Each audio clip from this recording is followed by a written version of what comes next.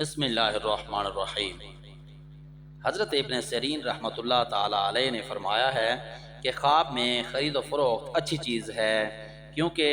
درہم و دینار سے کرتے ہیں، اور اگر سامان کا سامان سے تبادلہ کرے،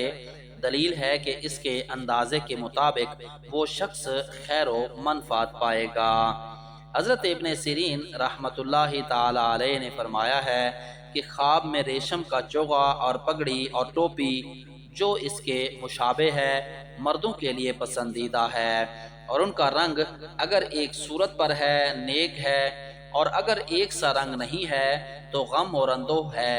اور کپڑوں پر سبز رنگ اچھا ہوتا ہے۔ حضرت جعفر الصادق علیہ السلام نے فرمایا ہے کہ ریشم کا خواب میں دیکھنا جو کوئی ریشم کو خریدتا ہے 5 وجہ پر ہے: اول مال و منفعت، دوم خیر و برکت، سوم عزت و مرتبہ، چہارم مرتبہ باندازہ قیمت،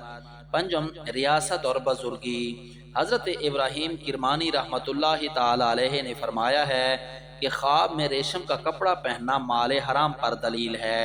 اہل تعبیر نے بیان کیا ہے کہ مردوں کے لیے ریشم خواب میں دیکھنا برا ہے اور عورتوں کے لیے اچھا ہے،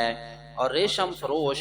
مرد خواب میں ایسا ہے کہ دین کے بدلے دنیا کو اختیار کرتا ہے۔